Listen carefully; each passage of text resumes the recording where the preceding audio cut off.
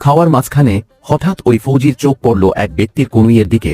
কনুই ঘষা লাল আর ফোলা। সাধারণ কেউ হলে হয়তো এড়িয়ে যেত, কিন্তু সে ছিল না কোনো সাধারণ মানুষ। সে ছিল টপ ক্লাসের স্নাইপার। সাথে সাথে বুঝে গেল এমন দাগ তখনই পড়ে যখন কেউ ঘন্টার পর ঘন্টা পেটের উপর ভর দিয়ে শুয়ে বন্দুক ধরে থাকে। বিষয়টা হাতছাড়া না হয়, তাই সে কোনো সন্দেহ না দেখিয়ে হঠাৎ একটা অজুহাত দিল, পেটে ব্যথা হচ্ছে, টয়লেটে যেতে হবে। টেবিল থেকে উঠে সোজা খুঁজতে লাগলো প্রমাণ। মেঝেতে পা দিতেই এক অদ্ভুত কম্পন অনুভব করলো। সাথে সাথে কার্পেটটা সরিয়ে দেখলো নিচে এক মোটা স্টিলের প্লেট। ধীরে ধীরে সেটা খুলতেই যা দেখলো তাতে তার হুঁশ উড়ে গেল। এখন পরিষ্কার, ওই ব্যক্তি কোনো সাধারণ মানুষ নয়। সে প্রশিক্ষণপ্রাপ্ত এক জঙ্গি বলে মনে হচ্ছিল। সে সঙ্গে সঙ্গে ফিরে এসে এক সেকেন্ড না নষ্ট করে তাকে ধরে ফেলে। যখন তার আসল পরিচয় প্রকাশ পেল, তখন সে আর অজুহাত দিতে পারল না। তখন ম্যাথিউ, যিনি পুরো টিম লিড করছিলেন, তাকে বললেন, যদি বাঁচতে চাস তাহলে আমাদের সাহায্য কর, না হলে এখানেই কবর হবে তোর। জীবন বাঁচাতে সে রাজি হয়ে গেল। আর পরের মুহূর্তেই যখন দুইজন টার্গেটের মেইন গেটের কাছে পৌঁছল, ম্যাথিউ ও তার সঙ্গীরা বন্দুক তাক করে